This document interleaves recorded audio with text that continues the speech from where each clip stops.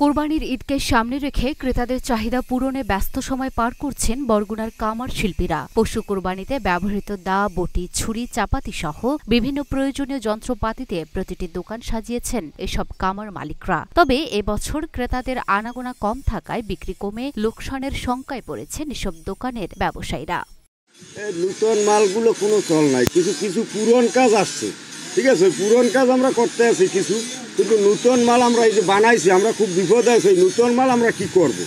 এই চাপাটি চাহু এত সিজনালি, ঠিক আছে, এত আর এই কোরবানি ছাড়া তো আর বেচতে পারবো না। যেমন বটি আছে, দাও আছে, ওগুলো আমাকে 12 মাস মোটামুটি চলে। হ্যাঁ, ওগুলো আমরা একটা কিছু করতে পারবো। হ্যাঁ, কিন্তু এইগুলো নিয়ে আমরা খুব বিপদে আছি।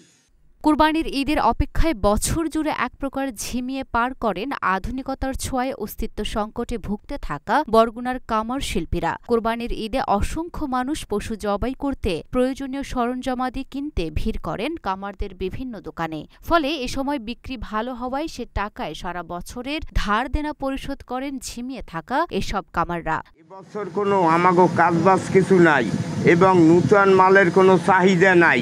আমরা বসে রয়েছি, কোনো কাস্টমার নাই।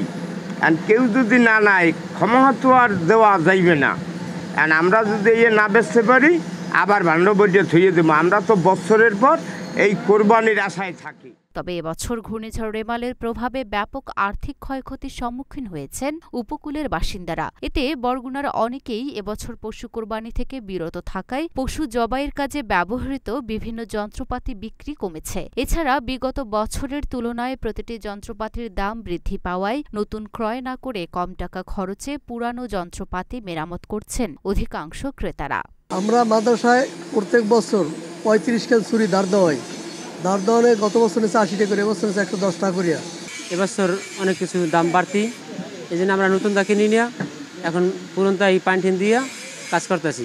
এখন টাকা পয়সা খুব অভাব, আয় কম, খরচা বেশি, যেটা কিনতে সেটাই দাম বেশি। দেখলাম যে ছুরির দাম তো তুলনামূলকভাবে বেশি আগের চেয়ে। তো এখন এরাও তো ওই যে বাজার মূল্যের দাম বেশি, ছুরির দামও বাড়াই দিচ্ছে। এরাও তো ওই কাজ করিয়া দিয়ে একটা পয়সা পেয়ে অন্য জিনিসও তো কিনতে হবে তাদের। এই জন্য বাজারে যেরকম দাম বেশি, তাদের ছুরির দামও বেশি হবে।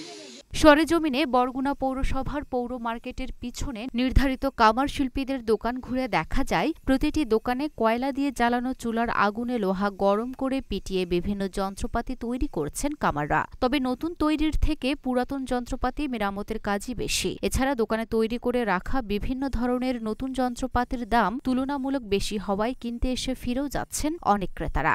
বন্যায় তো ক্ষতি হয়েছি এবং বেচা কিনা টোটালি নাই। গতবারের তুলনায় 1/3 অংশ কাজ হয় না এবার। আমাদের খুবই, দেখেন না, দোকানপাট সব একদম বসে রয়েছে, কাজেই জনগণের হাতে পয়সা নাই।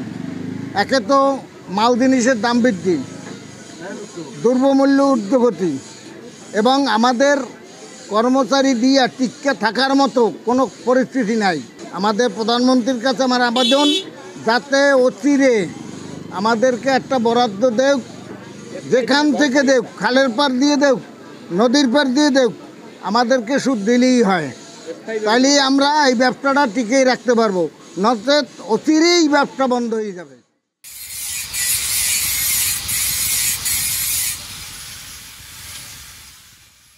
Luna Afroz Nipa, Dhaka post.